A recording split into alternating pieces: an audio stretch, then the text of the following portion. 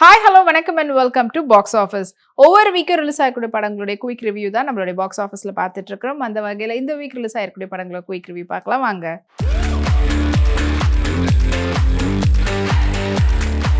இப்போ நம்மளுடைய பாக்ஸ் ஆஃபீஸில் நம்ம பார்க்க போகிற திரைப்படம் பன் பட்டர் ஜாம். ராகவ் மிராத் அவங்களுடைய டைரக்ஷனில், நிவாஸ் கே பிரசன்னாவுடைய இசையில், பாபுகுமாரோடைய சினிமாட்டோகிராஃபியில் அண்ட் ஜான் ஆப்ரஹாமுடைய எடிட்டில் வெளிவந்திருக்கக்கூடிய திரைப்படம் தான் பன் பட்டர் ஜாம். அண்ட் இந்த படத்துல முக்கியமான கதாபாத்திரத்துல ராஜு வந்து நடிச்சிருக்கிறாரு. அண்ட் அவங்களோட சேர்ந்து பாவ்யா, ஆதியா, தேவதர்ஷினி, சார்லி மற்றும் பலர் நடிச்சிருக்கிறாங்க. படத்தினுடைய ஒன்லைன் ஸ்டோரி, ரெண்டு 90s அம்மா அப்படின்னு சொல்லலாம். ஸோ அவங்க வந்து இந்த காலகட்டத்தில் எதுவுமே வந்து ஒரு லாங் லைஃபாக இருக்க மாட்டுது. கல்யாணம்லாம் வந்து டக்கு டக்குன்னு டிவோர்ஸ்க்கு போயிடுறாங்க. ஸோ நம்ம பசங்களுக்குலாம் அப்படி இருக்கக்கூடாது அப்படின்னு சொல்லிட்டு ஒரு பிளான் போடுறாங்க. அந்த பிளான் என்ன அப்படின்றது தான். ஸோ இந்த வந்து லீட் ரோலில் பார்த்தீங்கன்னா ராஜு, பிக் பாஸ் ராஜு நடிச்சிருக்கிறாரு. அண்ட் தேவதர்ஷினி அப்புறம் சரண்யா பொன்வண்ணன், அவங்க ரெண்டு பேரும் சின்ன வயசில் அவங்களுடைய ஃப்ரெண்ட்ஸ் அப்படின்னு சொல்லலாம். ரொம்ப நாள் கழித்து அவங்க மறுபடியும் ஒரு ஃபங்க்ஷனில் மீட் பண்ணுறாங்க. மீட் பண்ணும்போது அவங்களுடைய பசங்களை பற்றி பேசுகிறாங்க. அப்புறமா இந்த காலகட்டத்தில் ஒருத்தரும் வந்து எப்படி கல்யாணம் பண்ணிட்டு உடனே டிவோர்ஸ்க்கு போய்ட்றாங்க, அவங்களுக்குள்ள சரிய புரிதல் இல்லை, இதெல்லாம் நினைக்கும் போது பயமாக இருக்குது அப்படின்ற மாதிரிலாம் பேசி அவங்களுடைய பசங்களை வந்து கல்யாணம் பண்ணி வைக்கிறோம். இவங்களுடைய பையனையும் அவங்களுடைய பொண்ணையும் வந்து கல்யாணம் பண்ணி வைக்கிறோம். பட் ஆனால் அது வந்து அவங்கள பொறுத்த வரைக்கும் லவ் மேரேஜாக இருக்கணும். ஆனால் நம்மளை பொறுத்த வரைக்கும் அது அரேஞ்ச் மேரேஜாக இருக்கணும். ஸோ அவங்கள வந்து நம்மளே லவ் பண்ண வைக்கிறதுக்கான விஷயம்லாம் எப்படின்னாவோ அதுதான் ட்ரை பண்ணுறாங்க. அது கரெக்டாக ஒர்க் அவுட் ஆச்சா இல்லையான்றதான். அதே போல் ராஜு வந்து பார்த்திங்கன்னா, ராஜு, ஹீரோயின் ஆதியா, பாவ்யா அவங்கெல்லாம் வந்து பார்த்தீங்கன்னா 12th முடிச்சுட்டு காலேஜ் ஜாயின் பண்ணுறாங்க.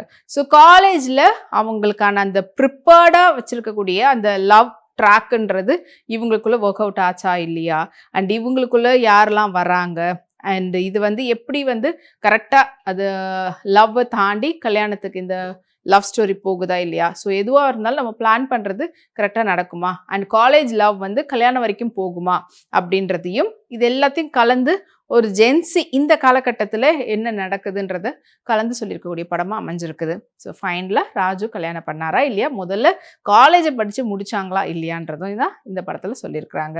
ஸோ தேவதர்ஷினி மற்றும் சரண்யா பொன்வண்ணன் அவங்களுடைய ரொம்ப ரியலிஸ்டிக்கான ஒரு acting, and Charlie and Michael Thangadurai அவங்களுடைய அப்பாக்களாக வரக்கூடியவங்க. இது இல்லாமல் விஜய் பப்புடைய அந்த காமெடி ட்ராக் அப்படின்றதும் ரொம்ப நல்லா ஒர்க் அவுட் ஆயிருக்கு. இதெல்லாம் தாண்டி ராஜு அவங்க வந்து ஒரு சிங்கிள் ஹேண்டடாக இது வரைக்கும் பார்த்தீங்கன்னா நிறைய படங்கள் நடிச்சிருந்தாலும் ஒரு தனியாக ஒரு ஹீரோவாக வந்து அவர் நடிச்சது, செகண்ட் ஹீரோவா அப்படிலாம் தான் பண்ணியிருக்காங்க. இதில் வந்து ஒரு சிங்கிள் ஹீரோவாக அவர் வந்து ஃபுல் இதுலேயும் ரொமான்ஸு, ஆக்ஷனு, ஸோ எல்லாம் பண்ணது ரொம்பவே சூப்பராக இருக்குது. அவருடைய ஆக்டிங் பெர்ஃபார்மன்ஸும் நல்லா ஒர்க் அவுட் ஆகிருக்குது. அண்ட் பவ்யா அண்ட் ஆதியாவுடைய ஆக்டிங்கும் படத்துக்கு கரெக்டாக இருக்குது.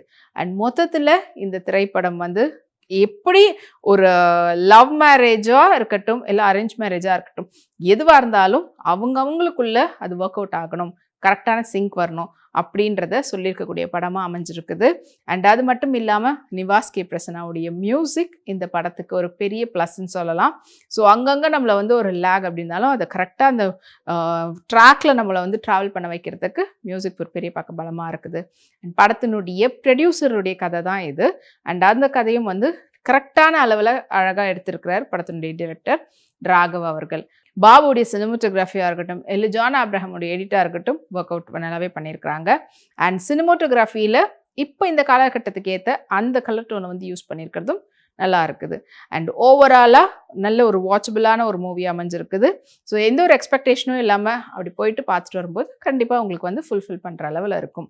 மொத்தத்தில் இந்த காலகட்டத்துக்கு ஜென்சிக்கான படமாக அமைஞ்சிருக்கிறது தான் இந்த பன் பட்டர் ஜாம். இந்த வாரம் தியேட்டரில் ரிலீஸ் ஆயிருக்கு, போய் பாருங்கள்.